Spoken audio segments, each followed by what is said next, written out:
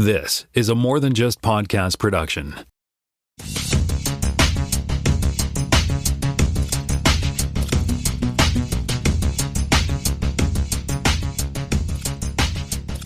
Welcome to Spotcast Season 7, Episode 27. My name is Tim Mitra. I am in Toronto, Ontario, and I'm joined by Jonathan Kuline in Jacksontown, New Brunswick. Hello there, kid. We also have Jaime Lopez Jr. on the line in Seattle, Washington. How's it going? It's going very well, sort of. We're not going to go there. All right. Let's just start off with some fact check. The Oner, which we were talking about last week, I hadn't watched the studio, but I'm now caught up to episode 4. The Oner, which is about Sarah Polley making a one-shot movie or film clip, and what's his name's director, head of studio, trying not to mess it up. That entire episode is in fact a Oner. It's a one take. Just pretty cool format. I was kind of wondering about that because they talk about, they want to do a real Oner, in the universe, right? They want to do that movie as a Oner. He's like, we're not going to do camera wipes and pans and other things to hide it. And then they do that right around that time. It made me wonder if it was a series of Oners. In this particular thing? Yeah. The episode itself? Yeah. No, I'm pretty sure it was a Oner. It looked a one shot take. It looked to me like it was, right. And because right up to the even driving to the set and then driving away from the set. It was just great way to bookend it, right. In fact, I think they even talk about bookending in one of the running jokes, right. Mm-hmm. Yeah. Yeah, and then, so it's funny because I got to go back now and Jonathan, are you watching this show? Oh, yeah.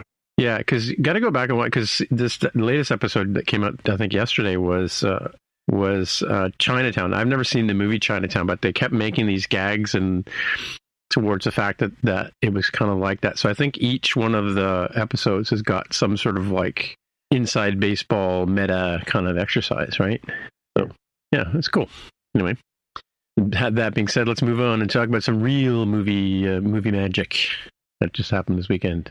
Yeah, I don't know that anybody knew this was necessarily going to happen, especially if you look at the Rotten Tomatoes rating for Minecraft movie. It's 40-some% from the critics and 80-some, high 80-some for the fans. And with that, the Minecraft movie, or a Minecraft movie, as it's technically titled, set the record for the biggest opening ever for a video game adaptation. It has taken down the Super Mario Brothers movie.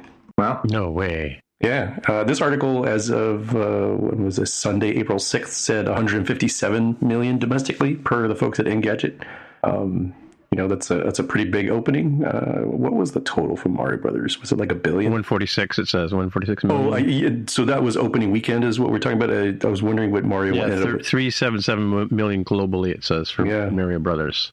Yeah, so quite a big thing to happen. Yeah, it's pretty cool. I mean, it's kind of one of those things. I don't know, Jonathan. I remember when your kids were little, they used to watch Minecraft YouTube videos all the time. It used to drive us crazy. But yes, it did. Yeah, so it's a thing. And those kids are now 18, 19, 20. I was surprised that I was talking with my daughter the week before the movie came out, and she said, "What do you think about a Minecraft movie?" And I said, "Well, I'll be honest, I'm not a Minecraft fan, and when I looked at the trailer, it didn't do anything for me at all." And I said, "What about you? You're a huge Minecraft fan." She said, "I'll be honest, it looks kind of funny. It looks like they kind of get it." And I was like, "Really?" And she said, "Yeah, I would go see that if it's playing here in town." And I thought, okay, well, I'll keep that in mind. And it's sold out all last weekend. Every show was sold out in New Brunswick at the Atlantic Theater. At the Atlantic Theater here in Woodstock, which is admittedly it's a small theater and it's in a small town, but that was my first clue. So when Jaime posted this story, I wasn't really that surprised, given that there seemed to be a real fervor around here. Don't forget that obviously it doesn't have the legs of Mario or Sonic as far as how long those characters have been around. But Minecraft is, more than 2 decades old. It's a phenomenon, now, and it is the best-selling game of all time. So most people of a certain age, probably under the age of 30, have played it. So yeah, I mean, they clearly have tapped into something here, which is really, again, I don't get it. And I tagged onto your story here. I added on that little piece at the bottom there, which is these crazy fan reactions. Apparently, there's certain things that are like triggering these extreme fan reactions in the theater when certain scenes come up. There's a scene involving positively, but like apparently when they say a certain phrase, and again, I'm not a Minecraft fan, so I'm not sure I get it, but there is a scene that apparently when it happens in the movie, like all these Minecraft fans are standing up and they're jumping up and down and they're throwing popcorn and they're just like super, over the top celebrating it to the point where like they are asking like patrons to leave the theaters and it's creating a huge mess. But it's not like they are, it's not like 1977 post, in punk in it's like England. the Rocky Horror Picture Show. That's what it is. Right? It's done out of like that's our thing. They're doing our thing. Let's all be silly. Yeah, and I saw the Rocky Horror Picture Show before it got crazy, but when I did see it, people were still saying spill it, and a few people brought toast Great to the Scott. and threw it at, all that kind of stuff. But like now it's just like you got to wear like a poncho to keep yourself dry in the showing of that. Anyway, sorry. But yeah, just for context, it's a big thing. It's a big thing. So yeah, it'll be interesting to see where this, this is the biggest opening ever. Jaime, are you going to keep track of this for us and see where it ends up on the long list? Yeah, I'll keep an eye out for this because, I saw that initial trailer, like a lot of folks in the interwebs, I thought it kind of looks like trash, and I was outside of the Minecraft generation. I never really, I dabbled a bit, but never actually really got into it. So it didn't speak to me there, but clearly it has hit the mark, and it will be interesting to see, does it have legs to go beyond what's like Super Mario Brothers did with like $1 billion total box office when it finished its run in the theaters. Yeah, there's been a huge press tour on this. I saw interviews with Jason Momoa and Jack Black, and of course Jack Black hosted Saturday Night Live last weekend, right? So yeah, they put a lot of juice behind this, and you're kind of thinking, okay, well, how does Jason Momoa fit into this movie? And then you see the trailer, or you see the clips that he's in. They're kind of making a story around it, because it's like I'm thinking too. Yeah, it's a video game where you dig and you move blocks around. I mean, how do you make that into a movie? But apparently they did, right? So Jaime's going to tell us about how Tron Liberation Day is going to work. I was going to go with, it's Troning time. Just kind of continue that meme, because if you don't know, we have the trailer here in the show notes for those of you transporting home for Tron Ares, starring Mr. Jared Leto. So and the voice of Jeff Bridges, and the voice of Jeff Bridges. We didn't see him. Yeah, I'll be honest, I kind of forgot what happened to him at the end of Tron Legacy, because it's been 15 years. I'm going to have to watch a recap. Has it been that long? What? Wasn't it 2010? It was 2010, right? Does it say in the article? Wow, okay. Yeah, crazy, isn't it? Yeah.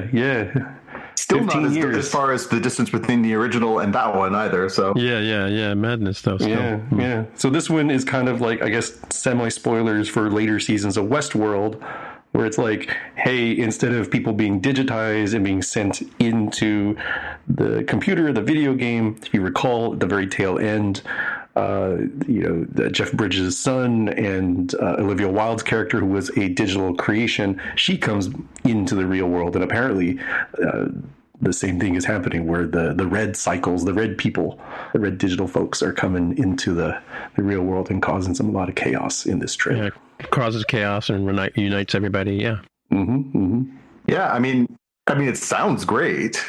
The Nine Inch Nails soundtrack is pretty dope after the Daft Punk soundtrack on the last movie. Well, and Trent Reznor and his partner, don't they? They've like won Academy Awards and stuff, haven't they? They have. Yeah, they've done a lot of movie soundtracks the last little while, but this one's explicitly, I mean, obviously Atticus is part of Nine Inch Nails too, but it does explicitly say not just the two of them, but the whole band. So interesting. Okay. Well, there's an actual band behind Nine. I've always wondered if it's Nine Inch Nails is just Trent Reznor and studio effects like Moby or Beck, right? It was in the beginning, like he kind of did his own thing when it was first a project, but then quickly he has like a band that he works with and stuff. So. And yeah, Atticus is part of the band. So I have a copy of this next movie on my phone at all times. Yeah, but when was the last time you saw it in the theaters? So the British Film Institute is doing a public screening of the original cut of Star Wars, no second title, for the first time in many decades. This was interesting because, famously, as of the early 2000s, all media going forward from there is all the special editions, changed editions, new editions. And even before that, there were changes. Admittedly, they were minor, up until the 90s, but even changing the name of the movie and the original Star Wars movie, it was just called Star Wars when it first came out. And then it was, closer to when Empire came out that they added the New Hope part of that. A New Hope part of that. And so it's really interesting. So the British Film Institute says that it is going to be doing its second annual Film on Film Festival, and that is about the celebration of the medium of print film.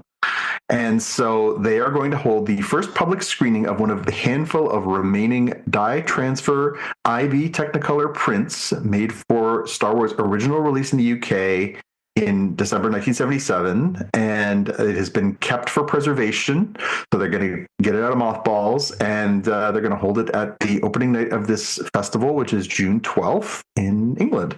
So, I mean, is it that hard to make this available? Like, I love that they're doing this, and I'm not going to fly to England to see it, but is it that hard? Like, should this be this precious? I must admit, when I saw this story, I was like, both, hey, that's cool. And I mean, Tim, you and I went a number of years ago. Your friend George invited us to see a screening of Clerks, right, an original film print of Clerks in the theater, which was a really interesting experience. Neither one of us had, I think, at that point seen it on a screen. And it was very different because it wasn't all color corrected and it wasn't all temperature corrected. It felt like a much more like a real raw indie film kind of. It was like being at this film festival when they presented it for the first time kind of thing. Yeah, and I thought that was a really interesting experience. And I think there is something to be said. I actually really like the notion of this festival, the idea of showing film on film and getting to enjoy, even the flaws in these things, but getting to enjoy it as it was originally presented, as opposed to, color corrected and changed and all these different factors. But it did make me think as I was reading this that as much as I would like to see this again on a big screen, I'd really just think it's absurd at this point. Are we just waiting for George to pass? Is that really what we're is that really where we're at? Like, is that what this is? Is we're waiting for him to die before we can get a proper digital release of the original cut of the movie and also that terrible, but yet incredibly rewatchable holiday special? Like, Yeah, I don't know. I mean, so I do go out of my way. I'm a TIFF member, and I do go out of my way to go see cuts of movies on film, like celluloid film, as well as digital, I guess. I mean, I went and saw Shaun of the Dead, a screening of that, where I'm drawing a blank on the director's name. Edgar Wright. Yeah, he came out and did a talk just before. I've seen, I saw. I had never seen Time Bandits in the theater, and I'd never seen Brazil in the theater, and those are two of my favorite movies.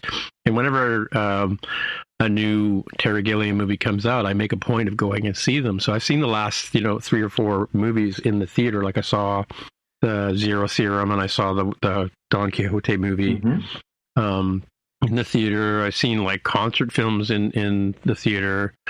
I did go and see, like I think I told you guys, I had never seen Return of the Jedi in a screening. I went and saw that. I saw Raiders of the Lost Ark. I saw that last couple of years ago, right? So, yeah.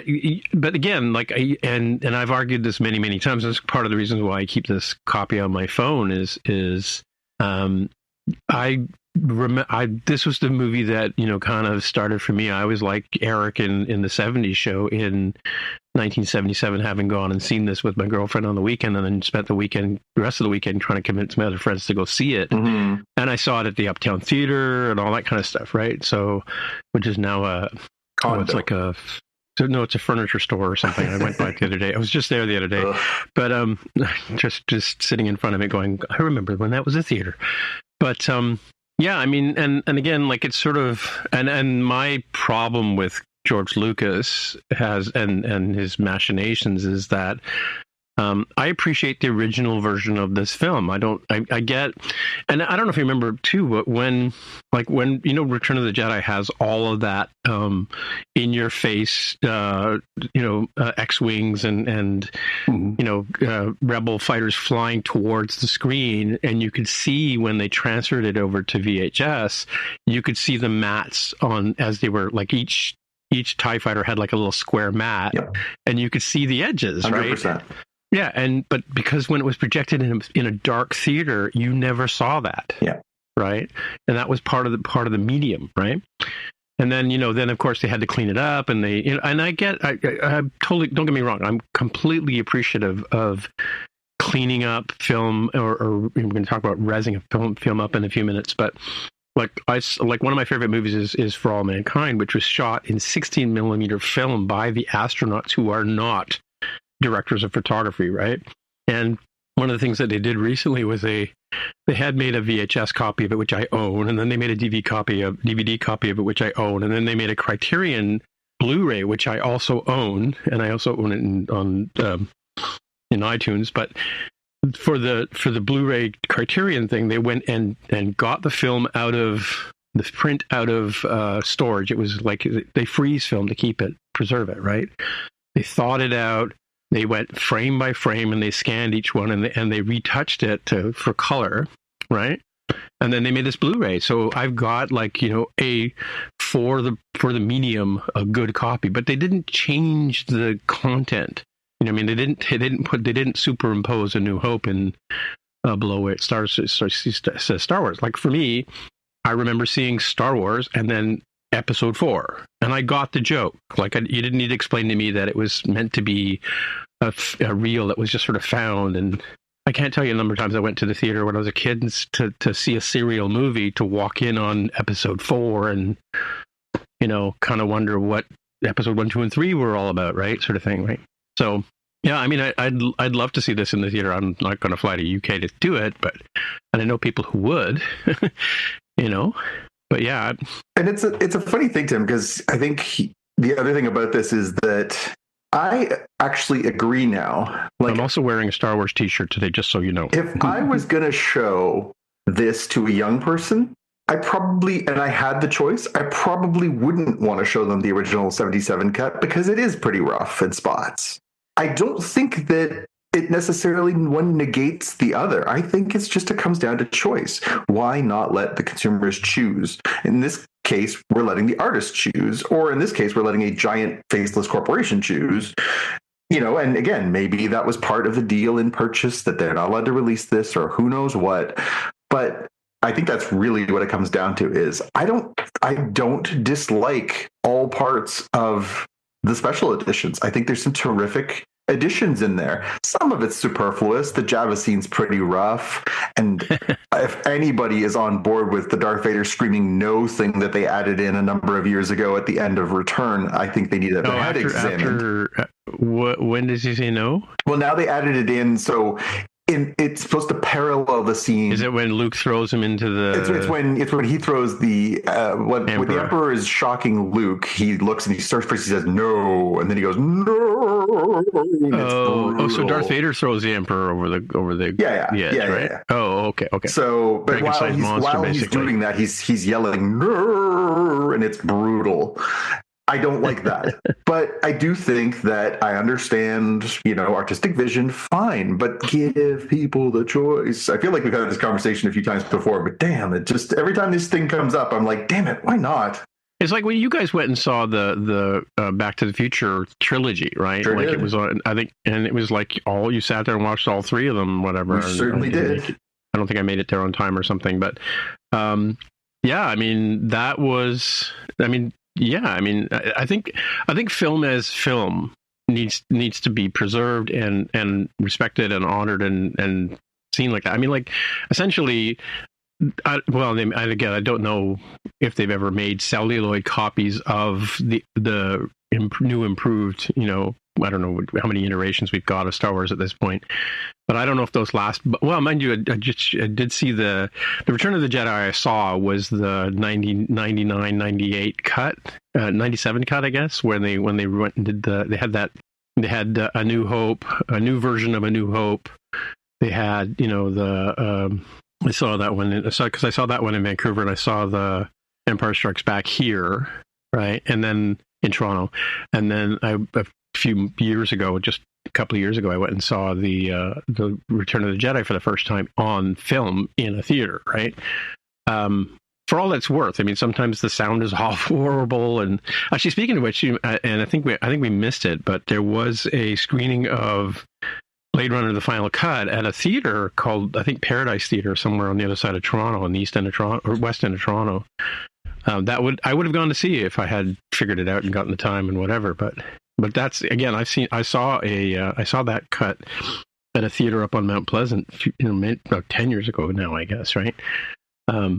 Yeah, I think that people should, like you said, have the choice to go and see a film in the theater as it, theoretically were intended to be created, right? So I 100% agree that people should have the choice to do it.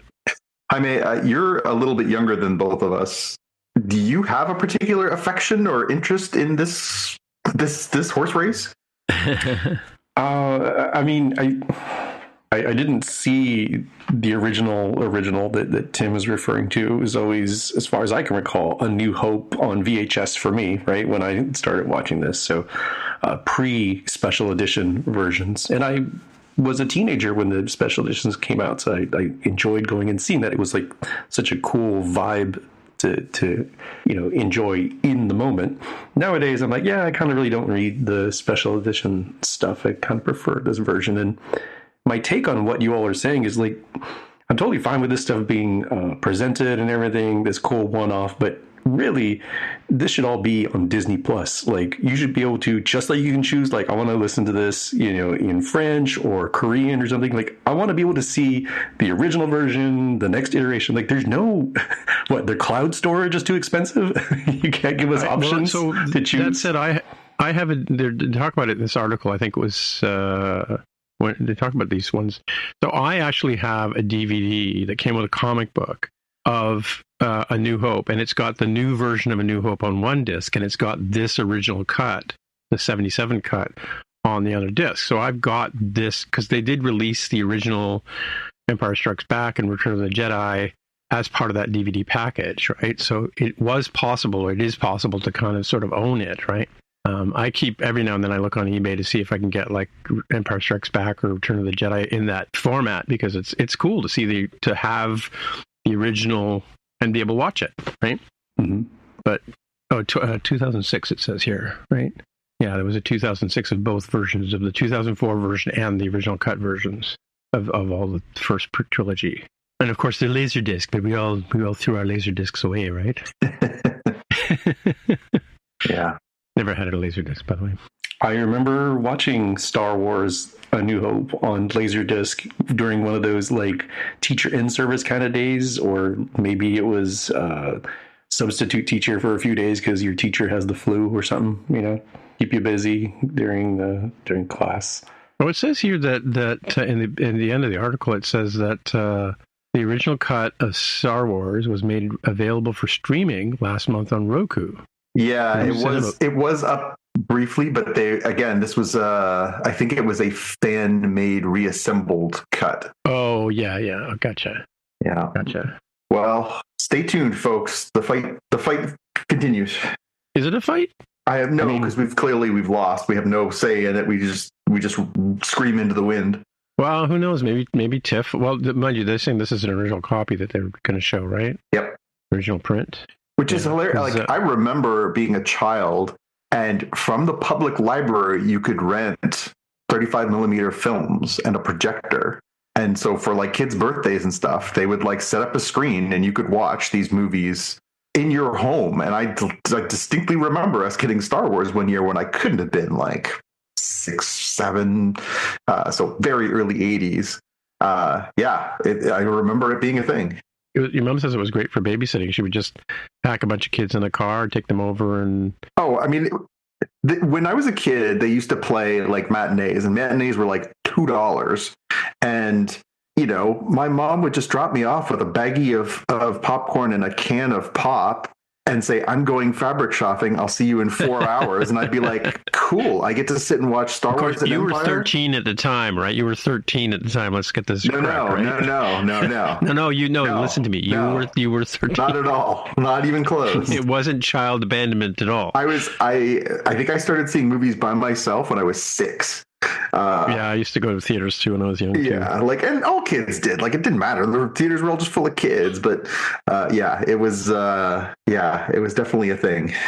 Yeah, the boogeyman was just a theory, right? Mm-hmm, mm-hmm. This is where we've lost Jaime. He's like, no, pray stranger danger. Don't get in the van. There we go. I've got a cut of Star Wars in my van. That's right. Hey kids, you want to go to the drive-in and see Star Wars? Yes, I do. Sorry, Jaime. That's JPK. We stole your story. No, back to Jaime. This is great because you were talking about Predators, and here, what a great segue to the next edition in the Predator film series. Although this one is in milieu. It's a Predator milieu. Apparently, it's in the broader universe, but not strictly part of. Everything else canonically, it's a standalone project called Predator: Killer of Killers, coming out on Hulu. Very similar to how Hulu previously. Oh, is it a game or a movie? I understand your confusion, and this is great because this is an audio-only medium. So this is a 3D animated anthology film. So think of it as like the Animatrix, for example. One film, so not a series. People were confused about that. Not a series. It's one film with different stories underneath. I think probably says most deadly game in new trailer. That phrase, hunting humans, right? That's the most. Yeah, no, I get the game. Yeah, game hunting. Yes. So 3D animated hunting humans. The most dangerous game in the Viking era, samurai, World War II pilots. Yeah, true. Yeah. So since it's the movie I was talking about last week was 2018, I didn't sort of give it away, but they find out that the predators are enhancing themselves genetically, so they become super warriors, right? And that's the MacGuffin in this new movie, in the Predator from 2018, right? I was also thinking about the parallels. It was because it was a ragtag bunch of army guys in the first Predator movie with Schwarzenegger, right? I mean, they weren't ragtag; they were tougher than a bag full of nails. For all the good, that's what I'm saying. Yeah, that's what I'm saying. But like these guys in this movie, like I said, they're a bunch of has-beens and screw ups. There's basically screw ups, and what it is the main character finds proof of this thing, and it's kind of like a government cover up, and then to get him out of the way, they send him into this off to be to put into jail or whatever where they were going, right? So that's the setup, right? Yeah, and it obviously puts some humor into the movie as well. I like a good anthology movie. I've always had I think Heavy Metal was the one that first sort of clicked me into like the fun of that one. Was cool because it was like the magazine. It was like not just different stories, but different art styles, right? Like and different takes. Yeah, I think it's why that Star Wars Visionaries series kind of caught my eye. Was the different first it was the Japanese studios, and then it was the worldwide studios in the second season. I thought that was really neat. Yeah, I mean, for me, it was like Mad Magazine was sort of the... Oh, yeah, same thing. So Mad Magazine had a group of artists who brought different themes and different styles. And then I think Heavy Metal, and there was another one, too, I used to read, in like those are the books I read at the time, but when I was a teenager, and they would tell you various sci-fi stories through. Sometimes with no words, like Mobius was famous for doing stories with no words. Yep. Right? Yeah, Blueberry. Yeah. Cool. It does look like it blows up real good, but it's like you guys are more into the anime or that style than I would be, right? So yeah, it does. It looks pretty dope. Stay tuned, kids. Yeah. Stay tuned. Speaking of Jack Black. In the grand tradition of British shows coming across the pond to America, like The Office, for example, I guess there's sharing and sharing alike. So if you all are familiar with Saturday Night Live, or SNL as the cool kids call it, apparently they're going to do a British version of that. Still overseen by Lorne Michaels, so you can still do your Dr. Evil impression if you'd like.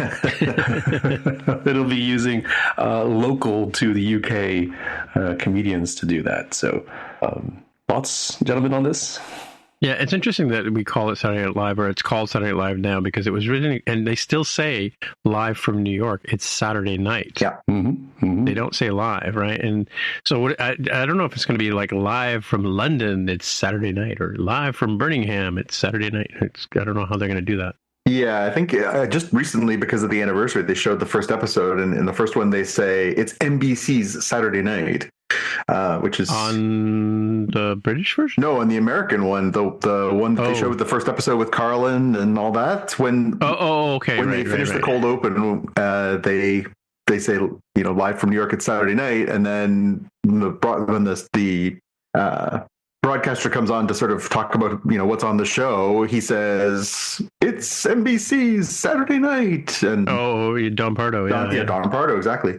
So yeah, it was interesting. I don't know if I think this is in any way necessary. Maybe it will be good, but I watch a lot, especially on YouTube. I watch a lot of British comedy chat show stuff, and just like Q, and just some of the weird stuff that is done in British comedy. Taskmaster, there's so many great British comedians. What's the one where they do the math problems with?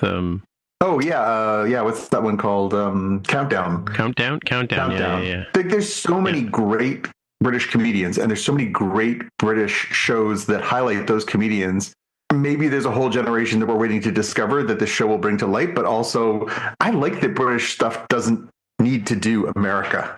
I kind of like Britain doing Britain in the same way I like Canada doing Canada, and I like America for doing America. I think SNL is so intertwined with New York City. It feels very strange to the idea of it not being that. Well, it's interesting, and I wonder how Jaime feels about this, but I remember when I moved to Vancouver in the 90s, having grown up with Saturday Night Live being on at 11:30 every, Saturday night. In Vancouver, it's broadcast at 12 midnight. So, first of all, you already know it's delayed, right? And then it's delayed a half an hour, and they had some other Vancouver local show on before it. So it was very strange to watch at the time. This is way before YouTube, obviously, but this changed to watch Saturday Night Live, not live. Well, but so much of it now, I have so many friends. I still watch it in the moment sometimes. Yeah. Often I PVR it and I watch it on Sundays. But like so many people, I watch a lot of it on social media now. I always tune 10 after 12 around that times when Colin Jost and Michael Che are on, and that's I tune into that because it puts a cap on the week, right? Yeah. And again, depending on who the guest is, depending on the musical guest, sure, I'm into it. I think that's the part that maybe I'd be most excited about a UK edition of Saturday Night is seeing British bands, to see more British bands, because there's a lot of up and coming British bands that I'm into. So maybe there's a chance for some of those smaller, lesser known, especially internationally artists to get a little prime time. Yeah, and the hosts theoretically are going to be centered around British movies and TV and stuff like that, right? You would think. Yeah. Mind you, they'll probably bring some Americans over. Like that other Graham Norton show is a good show because he has a mix of UK and North American stars, right, on that show. Jaime, are you staying up Saturday nights? Jaime, are you staying up? Let's see, how many hours difference is there between Seattle and? No, do you see it at 8:00 at night, or do you see it at like? Yeah, for Saturday Night Live, it comes out here at like 8:30 p.m. local time. Oh, it does come live. Okay, all right. So if that was being shot in UK, tack another 5 hours onto that. But they're ahead of me by 8 hours. I mean, it'd be 5 hours before that, so you'd be watching it at 3:30 in the afternoon on Saturday. It's Saturday night in London. Yeah, yeah, that might not be quite as magical. I mean, having watched the show and listened to people being on the show, and it's an interesting format that they spend a ton of time and a lot of energy. Like, you talk to cast members who are currently on the show, or you see them on interviews and stuff like that. Their heads are spinning every week, right? It's a very strange format show, right, from that point of view. In that it's basically they start on Tuesday, and the musical guest comes in on Friday and does their sound checks, and and then. That's why it was amazing that Jack White was able to step in during the COVID time and replace that one country singer, right? That he was able to pull that off, in a mere hours, right? Well, I mean, again, that's exactly what we're just talking about, though. That's New York, right? Like, yeah. It's probably one of the easiest places on the planet to get a flight to from anywhere. Yeah, that's true. And B, it's also a place where dozens, hundreds, thousands of highly talented individuals live and work, right? So yeah, and they've got the whole Broadway and the off-Broadway kind of mentality, right? Like, those people are doing this every week kind of thing, right? They're used to that kind of grind, right? And mind you, London has its West End, and they have a whole theater thing, and maybe that's part of it. And I don't know that they have like Second City. I don't know if they have a Second City out there in the UK, or fans can let us know, right? Because Second City in Toronto and Chicago are kind of where a lot of the original people from and current people came from to get on the show, right? Yeah. All right. What else you got for us, Jaime? In this AI-enabled time, and in a time in which the Las Vegas sphere, the giant sphere that they have there, they did like U2 and everything, and they're doing concerts and everything. It's this like immersive thing. I've not been there myself.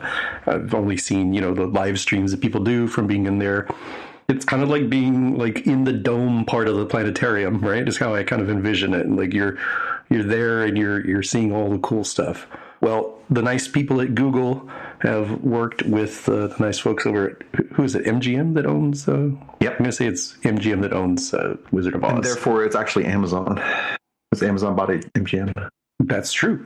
So interesting there. But they're enhancing the Wizard of Oz to make it viewable and much more immersive in the Las Vegas sphere. So this article mentions they're increasing the film's resolution, extending footage, and then adding characters to scenes to increase the immersion, according to this article from The Verge. So in a certain camera shot, like, okay, cool, I can't see, the uncle because he would be off screen. Well, that would feel kind of weird of like, where did he go? He just disappear. Object permanence.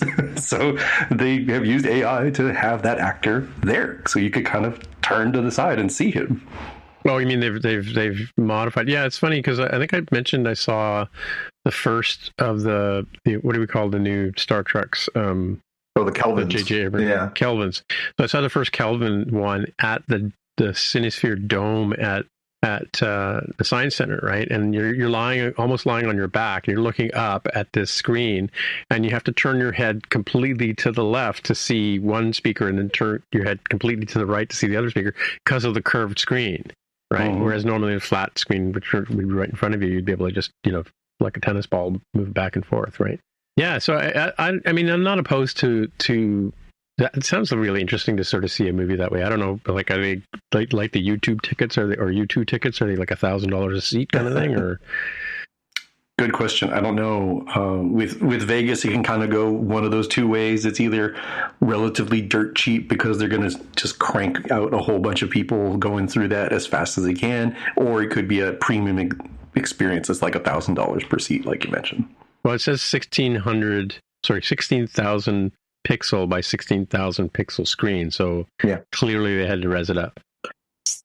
When when I saw this article, what I thought of was, Tim, do you remember going and seeing the first Shazam movie? It was the first time you and I went to go, and I think maybe the only time that I've gone, probably the only time you've gone, to go see that. What do they call it? Yeah, they put the light on the side of the theater. They basically extend the screen down the walls, the side of the walls of the theater. I cannot remember. But it's not real. It's just color. Yeah. At times, it added a level of immersion, but there was really never anything good on the sides. Like, it was always just like more sky, more ground, more fire. But I don't know if you remember, but they showed a sort of a lead into it, which was way better than the movie. Yeah, it was better than the movie. Better effect, yeah, for sure. But that's what I was reminded of when I heard this. I thought that's what it sounds like. Is are they adding value or are they adding stuff? Because I don't need stuff. Yeah. I mean, the idea of seeing the off-screen character is like, okay, I guess it feels like you're there, like some of the Vision Pro stuff that Tim has talked about. And I think the stuff that would feel kind of more interesting to me is kind of logical things, like when they go into the big like poppy field or something that makes them sleepy.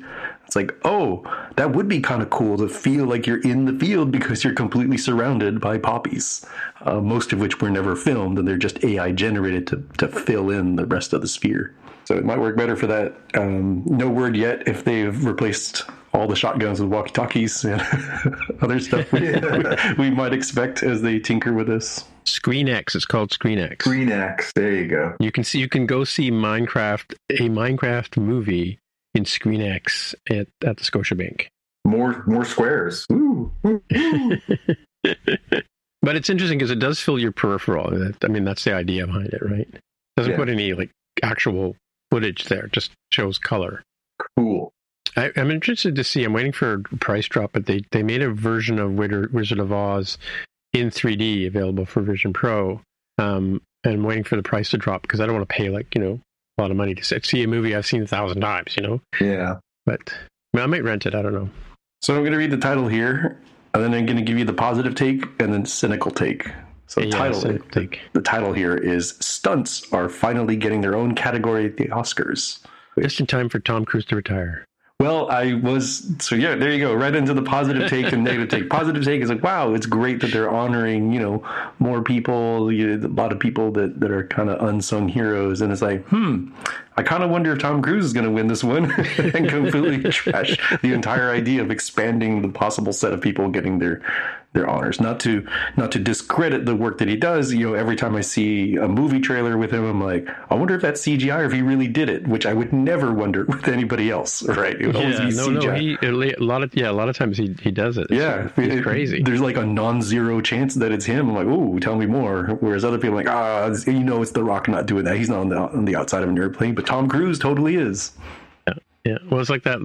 Was it Mission Impossible Fallout where he jumps from one building to the other and breaks his ankle as he hits the wall, and then gets up and starts running?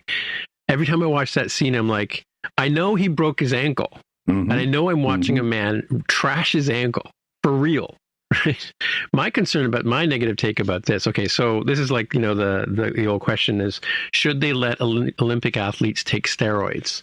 Right. I mean, where does it stop is my concern. Like, what happens now? Like, what are these guys going to do to win the Oscar? I mean, like the guy in Raiders of the Lost Ark who gets dragged behind the truck, the truck with just a piece of leather on his back or whatever. Like I go back to sorry, Tim. I go back to one of my very favorite comedians is the late Bill Hicks, and he had a whole stand-up bit about, and maybe we could link it into the show notes, but he had a great bit about how he went and saw, Bill died back in the 90s, so it's been gone a long time, but he did a whole bit about how good the special effects were in Terminator 2. And he's like, I don't know how you top that.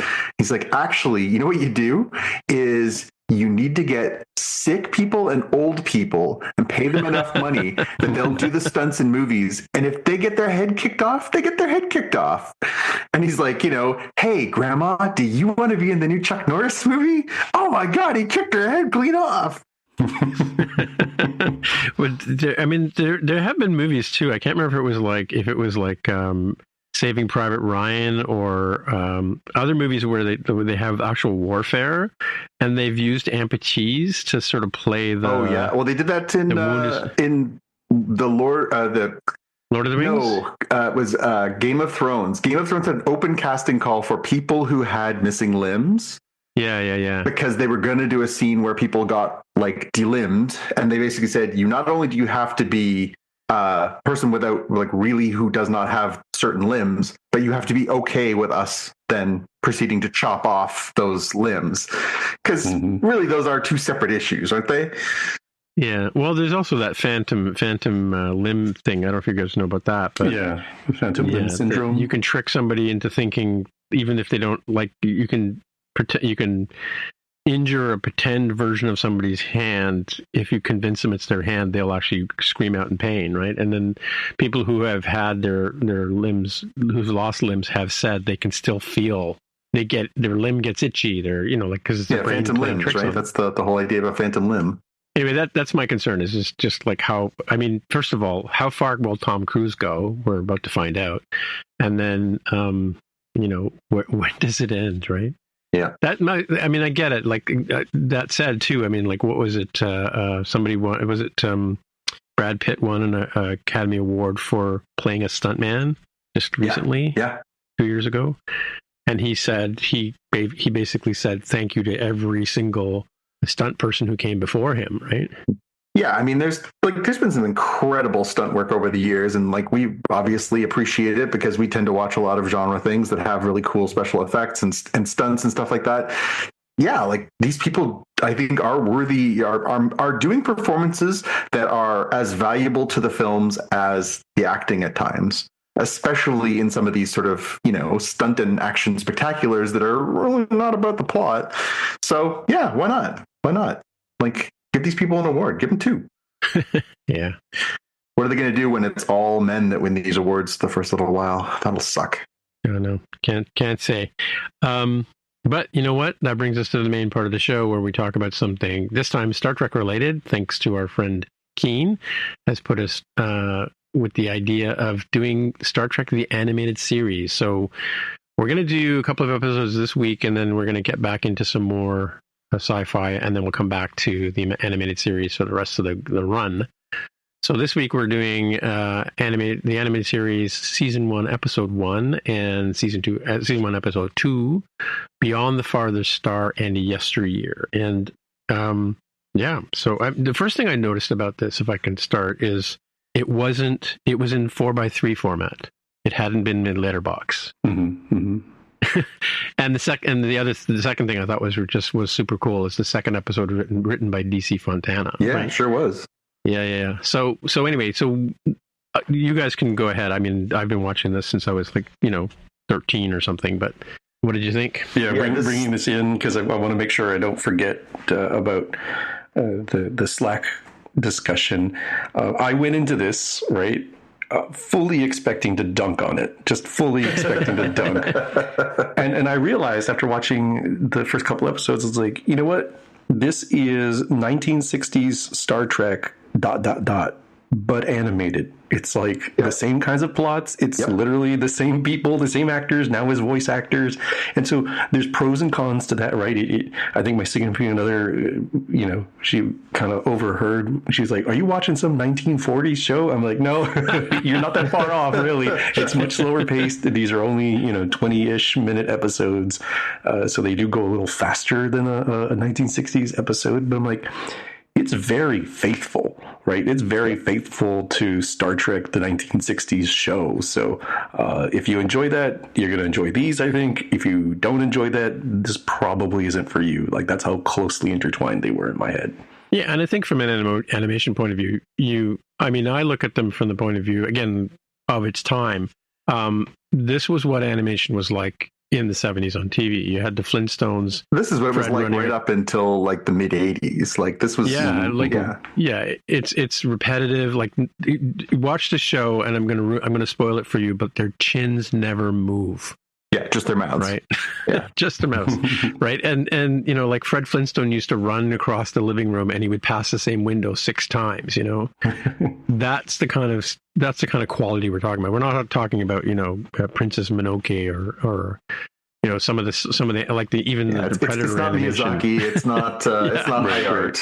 Yeah. No, but it is of its time, and like I said, that theme music, that stress music. Oh, every time I hear it, I'm like, yeah. My first 2 thoughts were, one, this is one of the worst theme songs. Oh yeah, why did they change the theme song? Like, what a waste! Like, you're only a few years removed from the original series with this timeless, incredible Alexander Courage soundtrack. Why change that? Because I found this was a little flat, to the point where my wife said, like, why does this theme song suck so much? I was like, yeah, well, okay. It's like what they do these days when they change. Like, there's a couple of TV or people I watch on. Podcasts I listen to where they don't have the rights to play the actual music, so they play sound-alike music. Yes, yeah. So it sounds like Star Trek's theaters or Alexander Courage music, but it's not. Yeah. And you're right. Of all the Star Trek themes out there, this is definitely the worst. And again, like, especially if, as you pointed out, Jaime, it's very faithful. It feels like an extension of the 1960s series. It really does feel like, that series ended on a Tuesday and this picks you up on a Thursday. Like, it's right there. But the music kind of leaves you just a little bit not as hyped going into it. And the other thing that I really took away from this, watching the first one, it starts pretty abruptly. It just kind of jumps you right into what's happening, which is fine.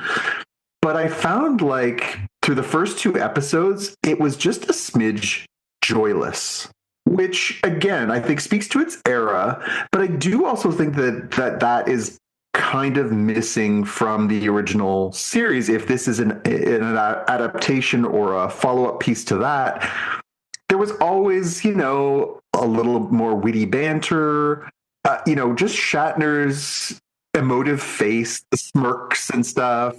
Yeah, it was campy. It was smirk. There were a lot of smirky, tongue firmly planted in cheek stuff, and there was that triad. Like, we used to watch this the original series before Next Generation came on in reruns all the time, and like in university and stuff. And it was like the triangle of relationships between Kirk, Spock, and McCoy. Yep.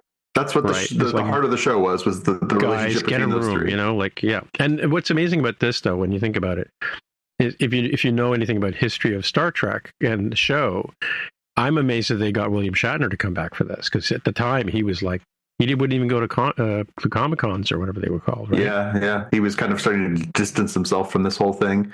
But yeah, I don't know. I mean, I would say that the 2 stories actually had, like, they're pretty solid. The first one is they get sucked into this sort of, vortex and an alien entity tries to take over the ship. Again, we always talk about that with Lower Decks, just sort of exploring these tropes. This one certainly is no stranger to a trope, but it's a successful telling of that. It was engaging and it was enjoyable. But like I say, it just seemed to be lacking a little bit of that charm that the first series had. A little bit of that just sort of whimsical kind of nature to it. The second one was a little bit better. There was a little bit, at the end of the episode, they were making fun of, like, well, at least you're not an Andorian, ha ha ha ha. And I was like, okay. Yeah, and in 1973 to be talking about like the butterfly effect, right? Well, and they were talking about the first one where they were talking about, like, they were not dumbing down their science.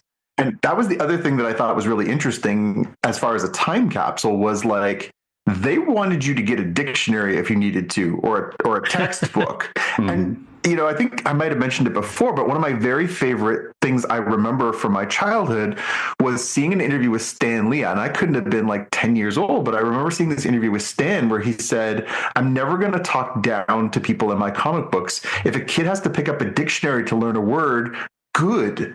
And I thought, God, that's such a beautiful way to put that. And I kind of felt that about this was like, they're not dumbing this down. Like, I think they kind of had a vibe that this wasn't necessarily just for kids, that this was also for the teenagers and 20-somethings and stoners who all, were watching Star Trek at that point, right? Yeah. I mean, for me, I was watching, I used to watch Saturday morning cartoons, and then at noon on CBC, they would show the original series, right? And I remember, like I told you guys before, I remember seeing it when I was like 6 or 7 when it first came out, because my dad came home from work saying, "We got to see this show," which is he did that a lot. But so I watched this a lot, and and then when this came out, I was like, yes, totally, and I must have watched every single episode. I can't remember; it was like a long time ago, but and like I said, I remember the stress music and I remember really enjoying this. But you're right; it does sort of there is a bit something missing, and I think that I get that sense too, right? That it's a little too serious in some cases, right? Yeah. What do you think, Jaime? Yeah, there were some interesting choices in these first 2 episodes. So the first one, Beyond the Farthest Star, right? It's kind of like, I guess it's reversed because TNG comes out later. What's the name of the goo creature that kills Tasha Yar? Armus? The pit guy, the black pit guy? Yeah. Very similar thing where like danger, and they're like, okay, the result is they have to trick the creature and leave it alone. In this case, in the animated series, after they have tricked the creature to be stuck on that dead moon, it cries like, no, I don't want to be alone. Like that is a choice. Like, you didn't have to make that choice. You could have been like, oh wow, I'm sure glad it'll never hurt anybody again. We'll leave a buoy here so that a warning to people so to never get close. So lonely. Yeah, it's like, that's such an interesting choice. It's kind of dark. It really is. Yeah. Dark. I guess similarly for episode 2, Yesteryear, the butterfly effect piece of changing where, Spock died as a kid. Hey, kiddos, hope you're paying attention when you're eating your Cheerios. This guy died as a kid, and now we got to go back in time to solve this.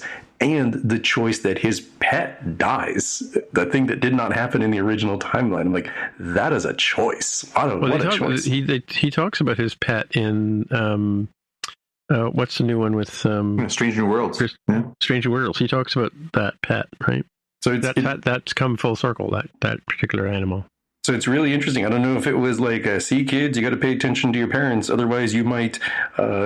At worst, kill yourself accidentally and make it so you don't survive to adulthood. And at best, your beloved pet Rover will die. I didn't remember Spock being bullied because he gets bullied in the Kelvin universe, right? Right. But as a kid, I don't remember him being bullied by. I didn't remember it, but he's bullied in this one, right?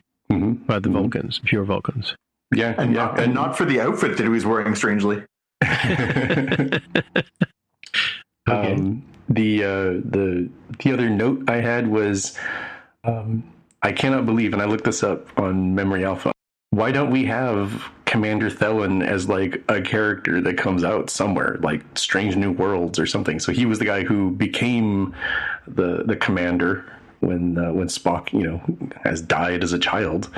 You mean the Andorian dude? Yeah, the Andorian guy. I'm like, there's, stuff in, like novels and things. I'm like, this is a dude who needs to be in Strange New Worlds. It's probably too late for 3, season 4. There you go.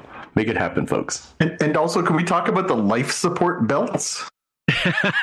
So those are great. Those hey, kind we of, don't want to have to animate spacesuits. Cool. Let's put belts on them. Those feel like a green glow. Okay, so in the timeline, this takes place after Discovery and Strange New Worlds, right?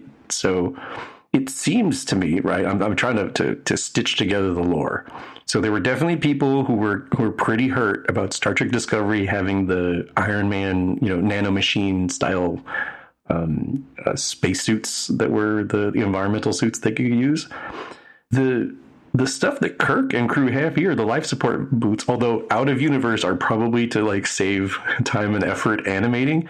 they feel more advanced than what Michael Burnham would have used in the past. Like, that kind of tracks, right? It's less armor, I suppose, but it's less cumbersome. You can see without having like a blue light in your face. You don't have to worry about, you know, your breath fogging up the glass. So I think I think this is bringing it sort of full circle.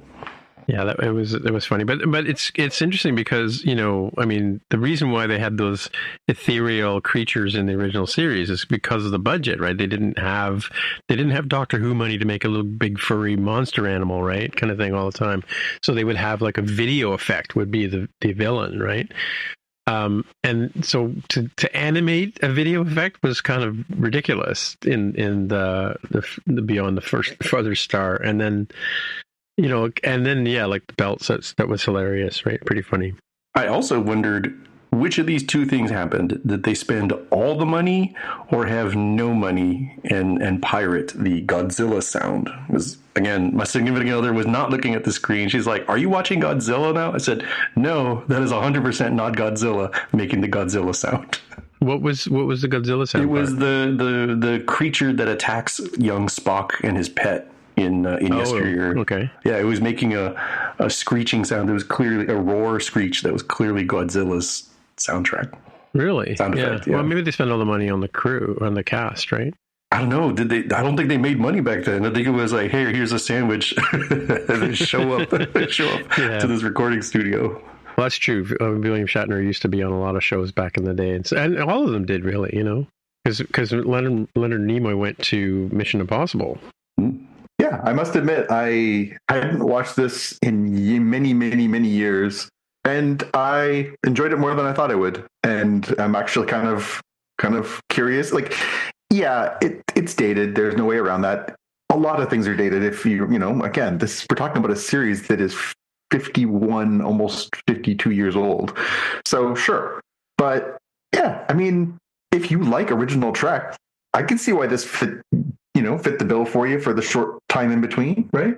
Better than no Trek. It wasn't until like what 83 or 82 when it would have been I was married, I think 84 when the Next Generation came out. 87. 87. Wow. Yep.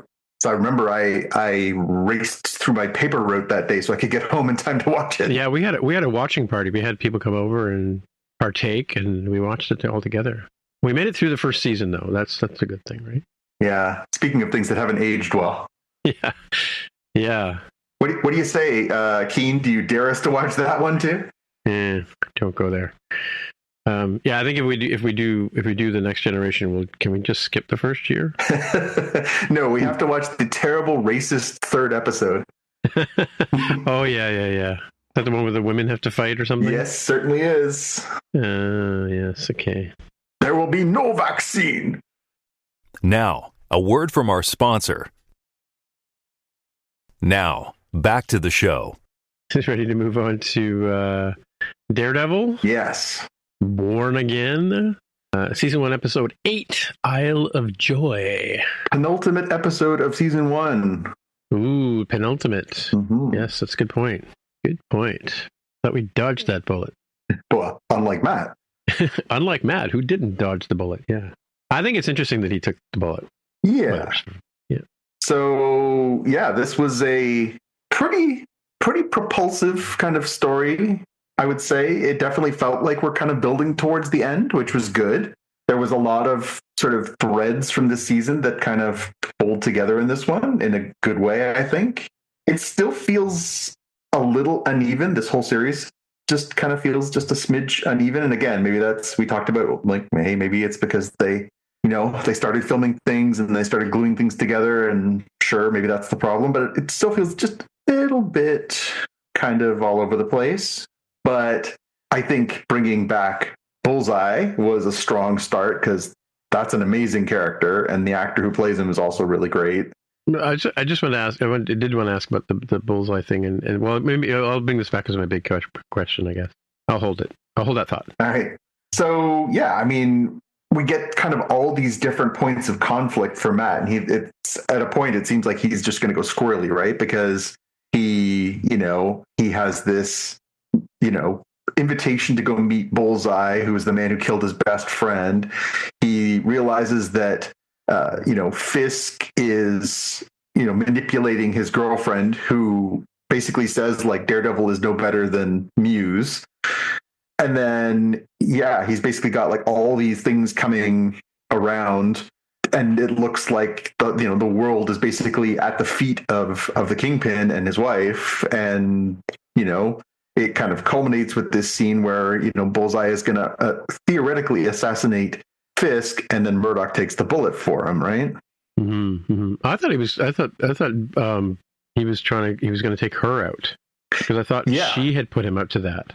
Yeah, well, and that's, I guess the question is like, why is he doing that? Is Dex going after Fisk because he put him into Gen Pop? Is he putting him in because, he knows stuff that needs to be silenced? Is he doing it because Vanessa hired him to do it? Like, what's the reasoning behind, like, Dex has his own code. He's twisted and monstrous, but he has his own code. I don't know. Jaime, what do you make of all this?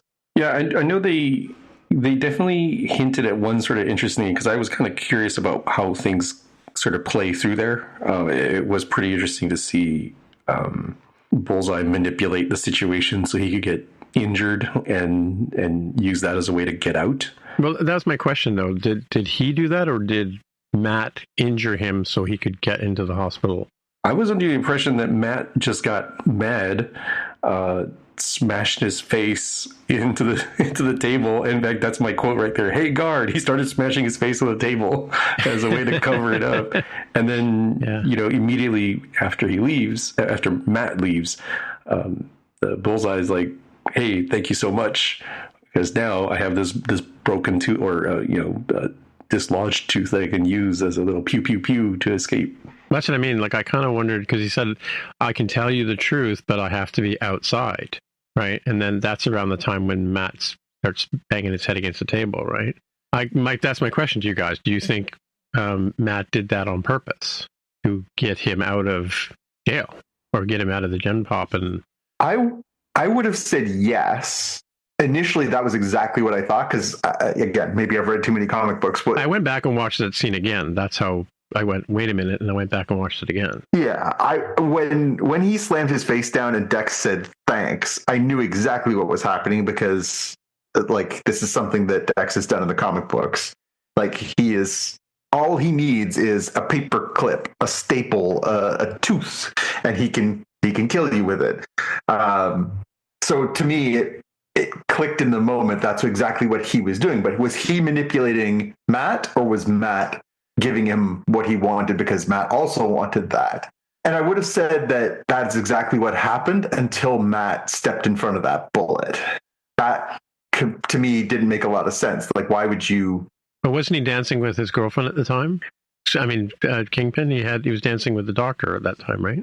He was. So I guess the theory is he wasn't trying to save Fisk. He was trying to save her.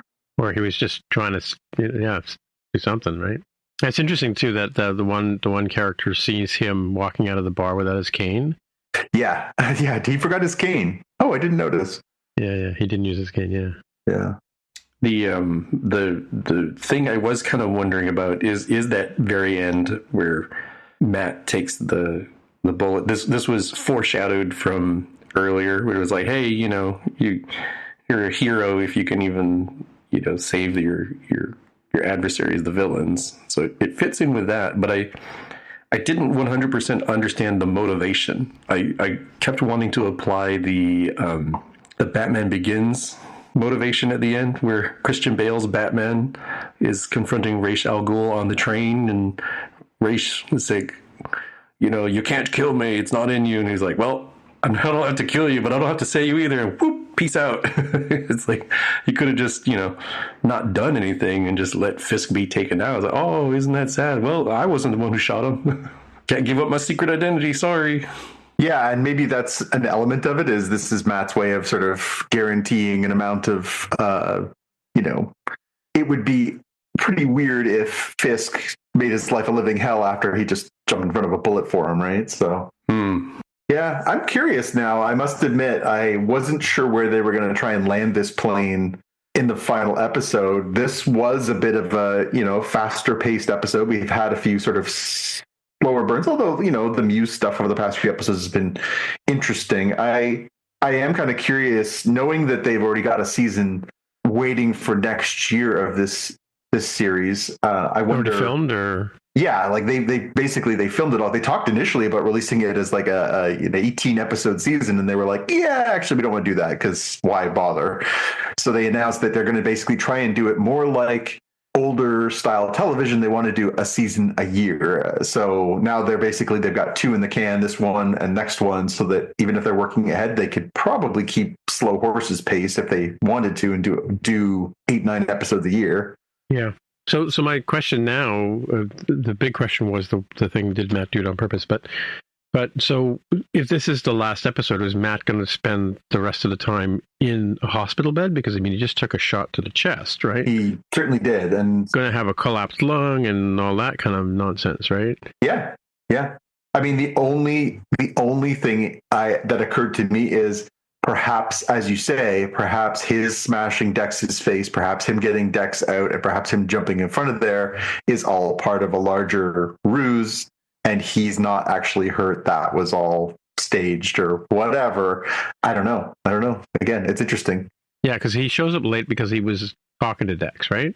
Yeah, because he has to go all the way up to Rikers Island. Right. Yeah. But then he also goes to Josie's, right? Yes. Yeah. Because there's that whole scene where he's trying to piece together like what happened that night, and that's where Josie mentions that Foggy was drinking a specific type of booze that he only drank when he won cases, and he was drinking ahead of time, and yeah, maybe he knew something. Maybe there's some inside work happening there. Yeah. Yep. I must say it's disappointing to have the swordsman come back from the Hawkeye series and just be like, showing up in tuxedos at parties.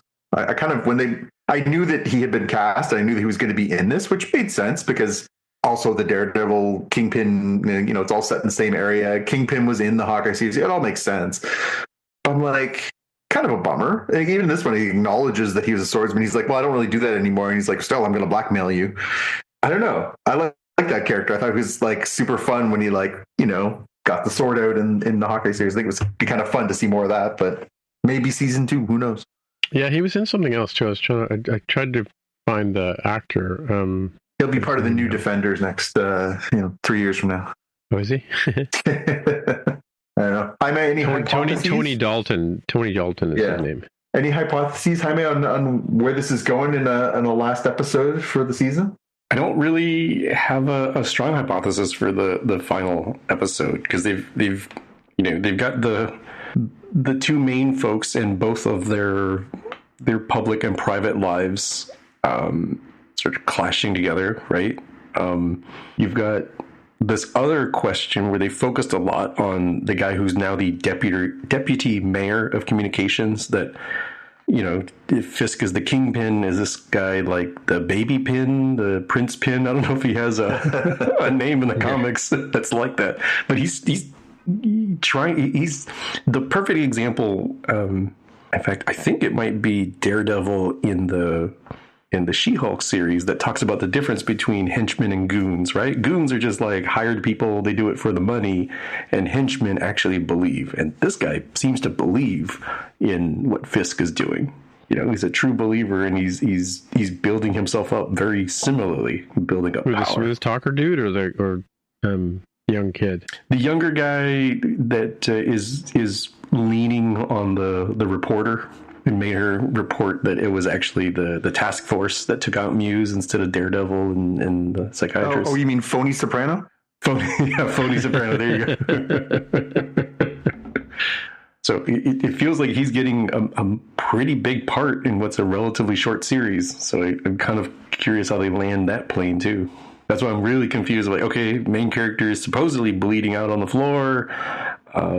Fisk and his wife have rekindled their love over murder and violence. And they canceled their therapy sessions. Yeah. Another interesting move. Sometimes introducing a third into the relationship spices things up and rekindles the romance. Yeah. Oh, and I think it was interesting that Vanessa, I guess her name is, deals with the ex-lover, right, to please her man or to sort of get out of that situation. Mm-hmm. Mm-hmm. Yeah. Put him out of his misery too, I guess. The Tony Dalton also was in Better Call Saul. That's why he was one of the Salamancas. And he was amazing. He was so good in that. Yeah. I thought he played the old man as a young guy, but there's a picture here of the two of them together. No. He plays this like really. He's not dissimilar. I mean, Tony's got a vibe, but he plays this really smarmy, great character. He has these great interactions with what's his name? The guy. He's the lead villain from Breaking Bad. What the heck was his name? Giancarlo Esposito. Him. Yeah. I can't remember the character name. Gus Fring. Fring, that's right. Yeah, he has a couple of great scenes with Gus in Better Call Saul. Really good. Alrighty, time to move on to the watch list. Shall we? Shall we do that? All right. Well, a new trailer came out, and I've got One Last Time, He Promises, and this is the trailer for Mission Impossible: The Final Reckoning, Part 1 of 3. I'm sure. Where this time Tom Cruise hangs off a helicopter and a plane, so yeah. Last one he drove a motorcycle off a mountain, apparently, trying to win an Academy Award that was non-existent. So enough said about that. That's coming out in a few months, I think. May 23rd, 2025. May, right, yeah. So we'll go and see that one, see if it blows up real good. Speaking of blowing up real good, also Murderbot, the trailer for Apple TV came out this week, I guess, with one of the Sarsgaards. Can never remember which one's which. It's almost like the Baldwin brothers. There's so many of them, right? Are these ones actually related, or is Skarsgård the equivalent of like Smith? No, he's the son of the guy from the Thor movies. Okay, cool. Isn't he, John? Which one? The guy who plays the Sarsgaard that plays in Murderbot is the son of the actor who plays. Yeah, he's Stellan Skarsgård's son. Yeah, and he was the guy of them, isn't there? Yeah, he does. He was the one who was in It and in yeah. Was he the monster in it? Yes. Oh, okay. Yeah, I haven't seen that one. Yeah, I never saw the guy who played Frankenfurter in Rocky Horror Picture Show. I never saw him do his version of it either. Yeah. Anyway. Yeah. Cool. Yeah, so that's coming out. It looks like a interesting series about an android that I guess develops a personality. Sort of got a Mickey 17 kind of vibe to it, right? Yeah, I mean, from what I gathered from the trailer, it's kind of like he's a new type of house bot or droid or whatever, and he can. The people around him ignore him and say bad things about it, and they're like, he's not listening, he's not really paying attention, and yet in the narration he says, as a matter of fact, I was listening, but I was also watching the series on the YouTube at the same time, right? It was kind of funny. And yesterday I watched Flow, the Academy Award winning or Golden Globe Award winning animation. Did it win Academy Award? I believe it won the Academy Award for Best Animated Picture, didn't it? Yeah, I think so. So it's interesting. It was a little Jonathan Livingston Seagull kind of. But the interesting story behind this is one of the things about the Vision Pro is that the audio is over the ear audio. So if you're in the room with somebody watching something on Vision Pro, you can hear the audio, right? It's not super loud. It's louder on the person wearing it. Some people like to wear like earbuds when they were using the Vision Pro, but you get the sort of same, spatial audio and all that kind of stuff effects. But I was sitting on the couch and Sorsha, my dog, was sitting on the couch with me.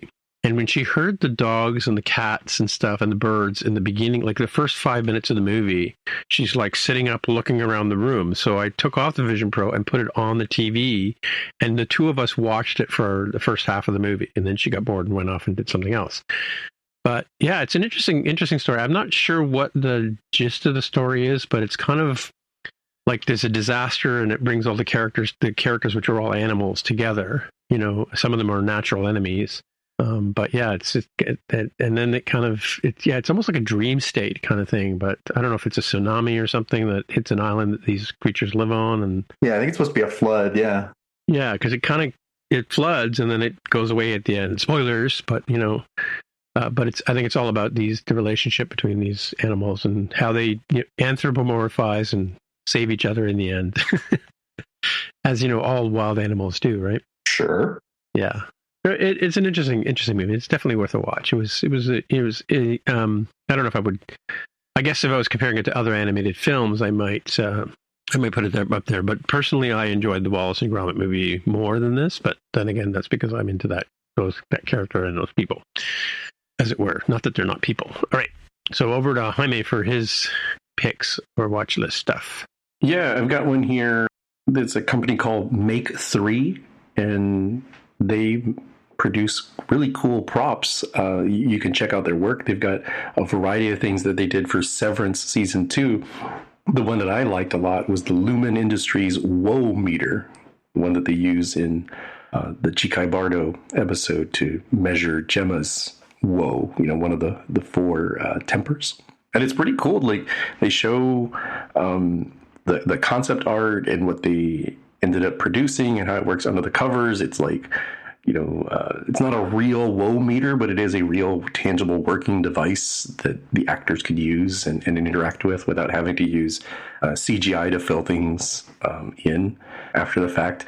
And they note here that having been shown only concept renders and only having 6 weeks until the shooting schedule of the episode, they were still able to get something over the finish line. So I thought that was pretty neat to have this tangible, old-timey kind of 60s, 70s era classic sci-fi kind of vibe that Severance has included the entire way. It's fit right in.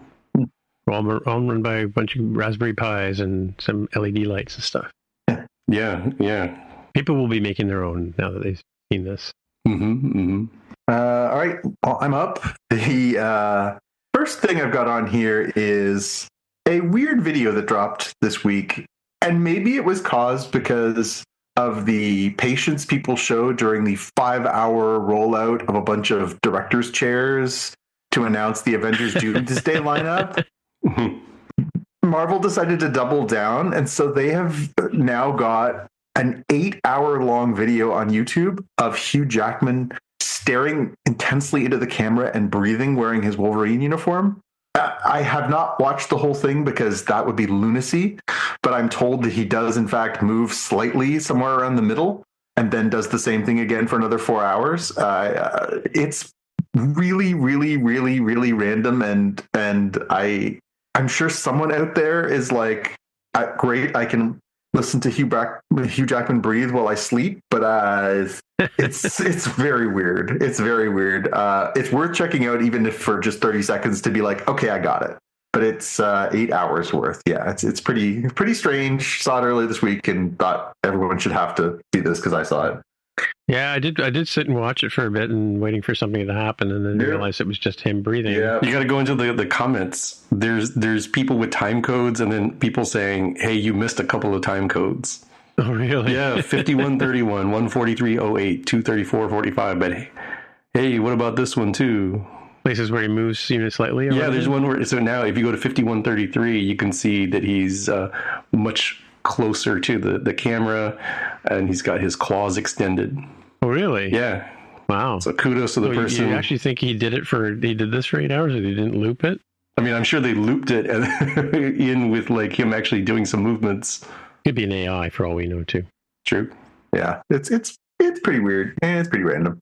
The other things I just want to flag is we have a couple new things coming this weekend. We've got Doctor Who coming on Saturday, and we've got Last of Us coming on Sunday. So that's pretty exciting. New season of Doctor Who kicking off, a new companion, new adventures, more Nchuti Gatwa, who we love. So I'm excited to see what they do to sort of bring that back for season 2, what kind of course corrections they might make, how this looks. So I'm excited about that. And then, The Last of Us, what can we say? That first season was just really tremendous television. And I have not played Last of Us 2, so I'm coming in a little bit cold. Tim, I think you've played the whole thing. So you can be our Sherpa through this as to whether we're on track or off track. But if this compares anyway to the first season, this is going to be a really special television event, and we're going to have A third season, because I did actually see before we signed on that they've already confirmed that they're going to do a third season. So they're splitting the second game into 2 seasons. Well, there's 2 games in the second game. Yeah, I suppose that's one way of looking at it, right? Yeah, because there's a kind of like a prequel episode or a mid game episode with Ellie by herself with another person, and then there's the main story, right, which carries on from where we left off with the 2 of them getting beyond the rim and they have to go and find some place to settle, right? Yeah. And if you are fans of these shows, I expect we will be talking about them over the next few weeks because Daredevil wraps up next week. And we'll talk some Who, we'll talk some Last of Us, and very soon, very, very soon, we'll start talking Andor. So this is going to be a really good month for nerdy folk like us. Yeah, and like if you're wondering, if you don't listen to the after show last week, is when we discussed what we're doing with the animated series, we're going to take a break from that while we talk about the other shows that are going to occupy our brain space, and then we'll come back to the animated series later on after we get done with Andor and Doctor Who and The Last of Us and all that stuff. And now we know that Strange New Worlds is coming, quote unquote, summer. So true. We'll hopefully we have lots of stuff to cover us through spring now, and that'll carry us right into more new Star Trek. So that'll be fun. All right. Well, I guess that's it for the week. So, Jonathan, if people want to get in touch with you, where would they find you? You can find me on Blue Sky, and Instagram is at JPK News, or you can find me on YouTube at youtube.com/@JPK. All right. And then, Jaime, if people want to get in touch with you, where would they find you? I'm on Instagram as @DevWithTheHair. All right, my name is Timitra, Timmitra is my handle on Blue Sky, on Mastodon, on Threads, and also this new thing, well, I don't know if it's new or whatever, but on Substack. And maybe in the after show, Jaime can explain to me what the hell that is. And so until next time, we'll see you in the future. Bye. Bye. Bye. Bye. You've been listening to the Spotcast Podcast. If you want to find out more about the podcast or see the episode show notes, visit the Spotcast website at spotcast.com. If you have feedback or questions, you can get in touch with us on the website. If you like the show, please consider recommending us to a friend, writing a review on iTunes, or pledging any amount at patreon.com/spotcast. You can find details on how to help us on our website, spotcast.com/sponsor us. Thanks for listening, and we'll see you in the future.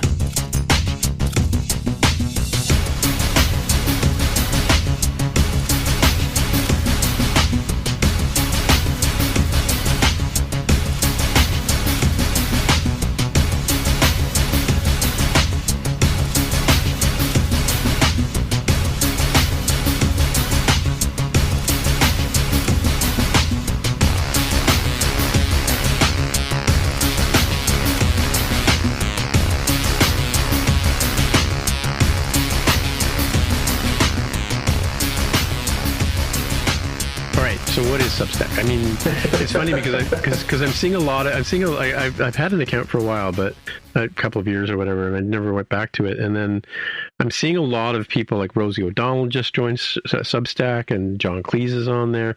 So I wonder if it's a place where people who are leaving Twitter have kind of ended up. It's weird because Substack is kind of like, you remember Medium, medium.com? Okay, so take that, but bolt onto it newsletters. So it's not just, hey, I sure hope you show up to my Medium. It's like, hey, you can sign up for my newsletter that will bring you to my Substack.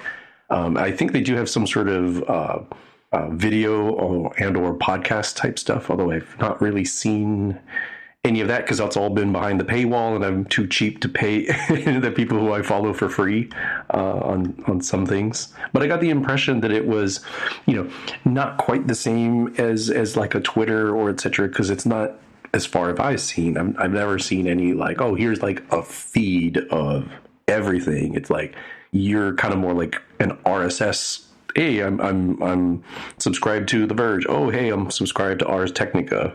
I'm subscribed to Simon Taylor for his takes on fintech. I'm subscribed to John Pitts for his open banking policy stuff. Like, this is the things that I'm actually subscribed to.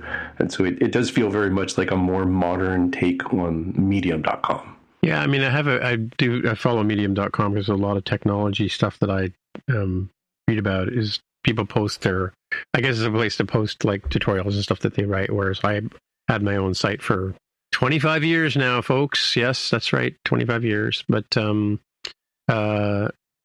one of the reasons I go to Medium. But Substack just kept coming up in my discussions, and like Patty Smith, I'm following her on there. I find that I'm following people because some of the people that I made the mistake of hitting the subscribe button for started inundating me with email, right? So I just went back and just turned into a regular follower, right? So, and again, it's like I spend a lot of I do go and spend a lot of time. I spend most of my time on Threads because there's 47 different reasons why you do that. But then I also look at Blue Sky for technology stuff, and sometimes I remember to go back and look at Mastodon, but not so much anymore. And I think probably because the app that I use doesn't really scroll correctly and kind of a pain in the ass to use. But and then then just sort of stumbled across Substack, and I get notifications from them, and occasionally I'll go and check out what people are saying about it. But it's funny, a lot of like I was saying, it seems like a lot of boomers are on there, right? All of a sudden, celebrity boomers, that is, right? Mm-hmm, mm-hmm. Yeah, I've seen people migrating there for, replacing some of the traditional social media. They've moved over there, and then some people are supplementing it, so they're giving you tastes of stuff on their social media, and then they're pushing you to the Substack to try and do that. So, like, there's some journalists and some broadcasters and stuff like that I follow that are doing that. People in Washington and places like that are trying to sort of be independent, because that is part of their brand, is like, I don't work for one of these major media corporations. I'm trying to do my own thing and not be lumped in with the rest. So what else? You guys going to talk about March Madness now? March Madness? Nope. I mean, it's over now. Final Four, whatever they call it. Spoilers, there's a winner. Say it again? Oh, I mean, both tournaments are over. The Connecticut Huskies won the women's, and the Florida Gators won the men's. Mm-hmm. And not Duke. I think there was a lot of hate on for Duke because it's very bougie place. But they were the favorites, and they did not win. And that was a crazy finish to both those games, the semifinals and the finals. Did you guys watch White Lotus? Yes. No, I'm not. I've not seen that series, so you all are totally fine there. Are we free to talk about it? Yeah, go for it. Yeah, it was. This was the longest season that they'd ever done. It's 8 episodes. The first season was 6. Second one was 7. This one's 8. 8's too much. It was too long. It was really good at times, but it was also just a little too drawn out, and some stuff was a little telegraphed. Like the Darth Vader connection. Yeah, like that was obvious. I said to my wife before we sat down, I correctly called several of the deaths that happened in the final. Oh, really? Episode. Oh, okay. Just because they had really Mike White's an interesting content creator in that he's really got some stuff that he's interested in exploring, and he definitely likes to push people's buttons. And yeah, there was definitely some stuff in there that was really the way that he used, foreshadowing and some imagery that kind of led you down the path of what was going to happen.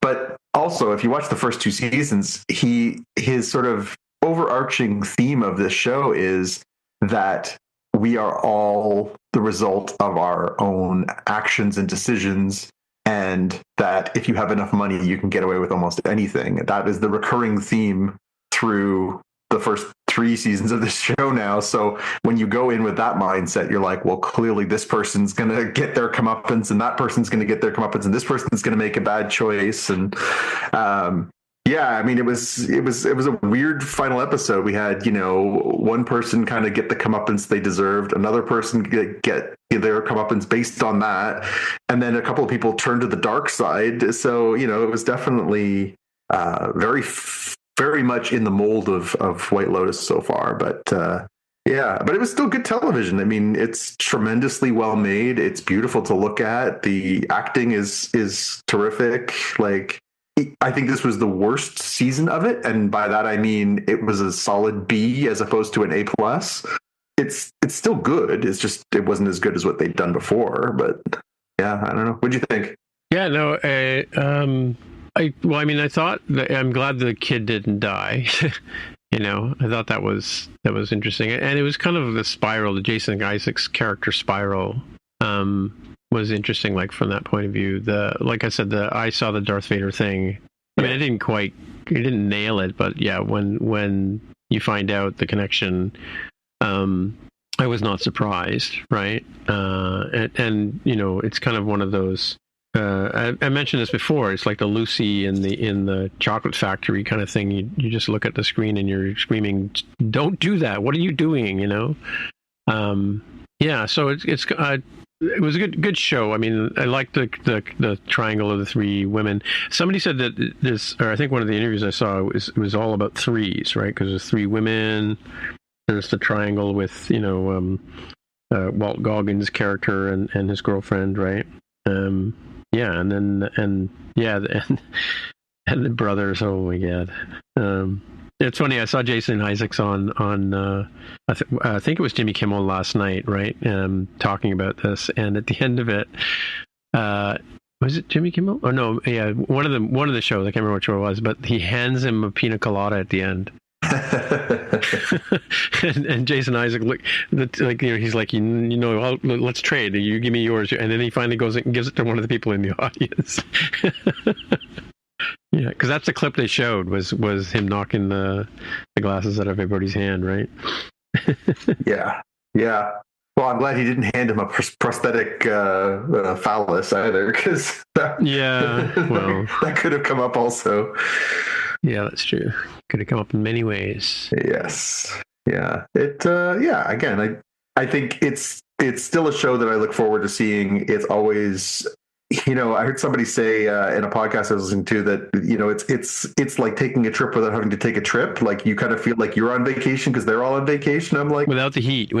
Yeah. And it's funny too, because I saw a couple of interviews with some of the cast who were like, it was so hot, like so unbelievably hot. I'm like, okay, yeah, all right. But and why no bugs? That's what I didn't get. Right. Well, I mean, they did show that one scene in the final episode. Yeah, fogging. They were fogging in the final episode, and I was like, "Is that okay? Are we allowed to just, DDT throw a little DEET in the woods there?" Like, yeah. No, it was again. I would say, I don't think it was quite up to the scratch that they'd done for the first couple seasons, but it was still great entertainment and. They always get a terrific mix of actors. I mean, Carrie Coon is terrific in this. I thought she was fantastic. I must admit, I was so taken by her. I never watched The Leftovers. Did you watch The Leftovers? You know what she was in? She was in Fargo. You got to watch Fargo.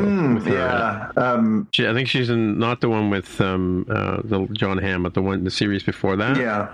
She plays the cop that like she's a female cop and she's pretty much invisible in the entire show, but she's the main person figuring out what's going on, and like so much so that when she goes to like the Atlantic Superstore, the doors won't open for her. Yeah. And when she goes to wash her hands in the sink just doesn't recognize that she's even waving her hand, right? So it's kind of a running joke throughout the whole series. But yeah, she plays the. And I think that the thing about Fargo is there's a thread that connects all of the seasons, right?